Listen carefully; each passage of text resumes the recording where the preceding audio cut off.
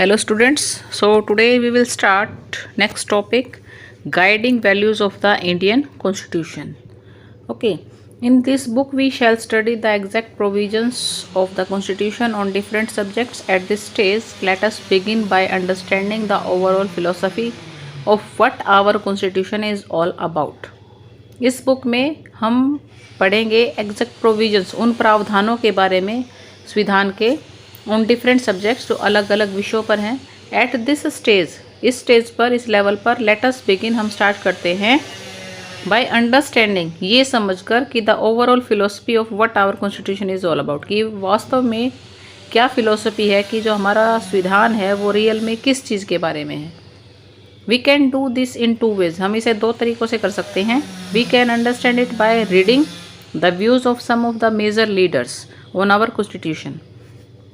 एक तो तरीका ये है कि हम इसको समझ सकते हैं बाय रीडिंग, पढ़ के, द व्यूज़, उन विचारों को, of some our major leaders, हमारे मुख्य कुछ नेताओं के व्यूज़ को पढ़ के, ऑन आवर कॉन्स्टिट्यूशन, हमारे संविधान पर. बट लेकिन it is equally important to read what the constitution says, लेकिन ये साथ में ये भी पढ़ना ज़रूरी है या महत्वपूर्ण है, इम्पोर्टेंट है कि हमारा संविधान क्या कहता है. इट्स ओन फिलोसफी, अपनी फिलोसफी के बारे में, अपनी दार्शनिकता के बारे में. This is what the preamble to the constitution does, जो हमारे संविधान की प्रस्तावना है, इसमें वही सब कुछ कहा गया है. Let us turn to this one by one, अब हम इनको एक एक करके पढ़ने की कोशिश करते हैं.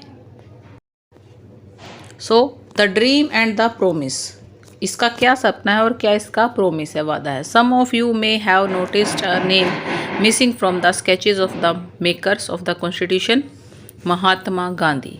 ही was not a member of the constituent assembly, वो संवैधानिक सभा के एक सदस्य नहीं थे. येट फिर भी देयर वर मैनी मेंबर्स, बहुत से ऐसे सदस्य थे, हु फॉलोड हिज विज़न, जो उनके विज़न को, उनकी दार्शनिकता को या उनके व्यूज़ को फॉलो करते थे, मानते थे, अनुसरण करते थे. Years ago, writing in his magazine Young India in 1931, he had spelled out what he wanted the constitution to do. This dream of an India, ये जो भारत का एक सपना था, that has eliminated inequality, was shared by Dr. Ambedkar, who played a key role in the making of the constitution, but he had a different understanding of how inequalities could be removed. This dream, ये जो सपना था भारत का, that was eliminated inequality, जो कि असमानता का व्यवहार था भारत के अंदर, was shared by Ambedkar, doctor Ambedkar ने इसको शेयर करने की कोशिश की. हु प्लेड ए की रोल, जिन्होंने बहुत ही महत्वपूर्ण भूमिका निभाई in the making of the constitution, संविधान को बनाने में. बट लेकिन he had a different understanding of how, लेकिन उनकी जो समझ थी वो कुछ अलग थी कि how inequalities could be removed, कि जो इनइक्वालिटीज़ है, असमानताएं हैं, उनको कैसे रिमूव किया जा सकता है, कैसे हटाया जा सकता है, ख़त्म किया जा सकता है. ही often bitterly criticised Mahatma Gandhi, वो मोस्टली, लगभग, बिटरली, बहुत ही बुरी तरह से, क्रिटिसाइज्ड, आलोचना करते थे महात्मा गांधी की, एंड हिज विज़न, और उनके विज़न की, उनके दृष्टिकोण की. इन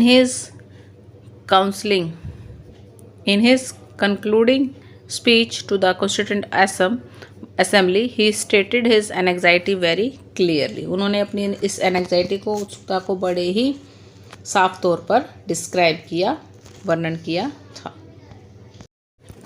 Finally, let us turn to Jawaharlal Nehru giving his famous speech to the Constituent Assembly at the stroke of midnight on 15th August 1947. Okay, in his speech, philosophy of the Constitution, philosophy मतलब दार्शनिकता, किसकी, constitution की, संविधान की. Values that inspired and guided the freedom struggle and were in turn nurtured by it formed the foundation for India's democracy, Bharat में लोकतंत्र की स्थापना की इन सभी चीज़ों ने. These values, ये जो values थी, are embedded in the preamble of the Indian Constitution, इन सभी values को संविधान की प्रस्तावना में डिस्क्राइब किया गया है. They guide all the articles of the Indian Constitution, संविधान के, भारतीय संविधान के सभी आर्टिकल्स को, धाराओं को, अनुच्छेदों को इसमें गाइड किया गया है, बताया गया है।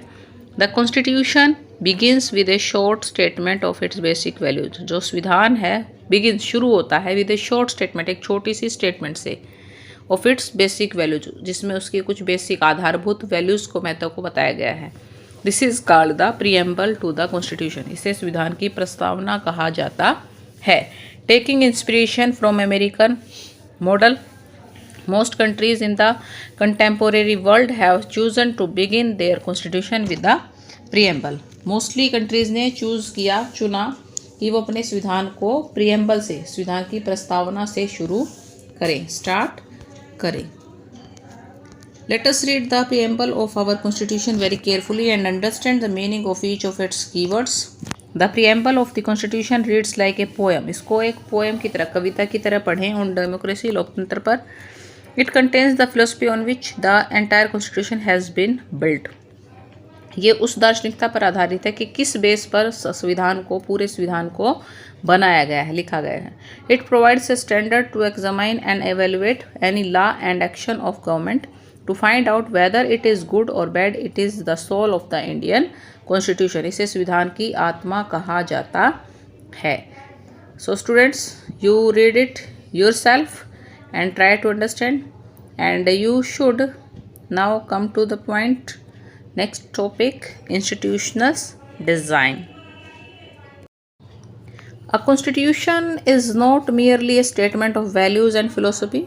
As we noted above, a constitution is mainly about embodying these values into institutional arrangements। इनको implement करना main motto है, aim है। Much of the document called Constitution of India is about these arrangements। It is a very long and detailed document। सबसे बहुत ही बड़ा और विवरणात्मक, जिसमें बहुत ज़्यादा वर्णन किया गया है डिटेल में, एक ऐसा दस्तावेज है, डॉक्यूमेंट है। डॉक्यूमेंट का मतलब होता है दस्तावेज। Therefore इसलिए it needs to be amended quite regularly to keep it updated। इसको अपडेट रखने के लिए इसमें अमेंडमेंट की भी ज़रूरत रहती है, टाइम टू टाइम, रेगुलरली, नियमित रूप से। Those who crafted the Indian Constitution felt that it has to be in accordance with people's aspirations and changes in society। जैसे जैसे समाज में परिवर्तन हो, चेंजेस हो, और जो लोगों की एस्पिरेशंस हैं उनके अकॉर्डिंगली इसको अमेंडमेंट किया जाए, चेंज किया जाए time to time. They did not see it as a scared, static and unalterable law। So they made provisions to incorporate changes from time to time। These changes are called constitutional amendments। संवैधानिक परिवर्तन। The constitution describes the institutional arrangements in a very legal language। If you read the constitution for the first time, it can be quite difficult to understand। अगर आप इसको first time पढ़ रहे हैं तो आपके लिए बहुत ही मुश्किल होगा इसे समझना। येट फिर भी the basic institutional design is not very difficult to understand like any constitution. The Indian constitution, जो भारतीय संविधान है, lays down a procedure for choosing persons to govern the country. It defines who will have how much power to take which decisions, and it puts limits to what the government can do by providing some rights to the citizen that cannot be violated। जो citizens को, नागरिकों को इसमें अधिकार दिए गए हैं constitution में, उनका कोई भी वॉयलेशन ना करे, उनको कोई भी वॉयलेट ना करे। The remaining 3 chapters in this book are about these 3 aspects of the working of Indian Constitution। We shall look at some key constitutional provisions in each chapter and understand how they work in democratic politics। But this textbook will not cover all the salient features of the institutional design in the Indian Constitution। Some other aspects will be covered in your textbook next year। So students, I hope you all are understand this topic clearly। If you have any problem, then you ask me, and you also read this glossary at the last of the chapter। And students, you should and must watch this video, because in our next online class we will start next book। Okay, so understand this last topic, you should watch this video, and I will send you question answer in PDF form as your homework। Okay students, thank you, and please like my videos and also subscribe my channel. Thank you. Have a nice day.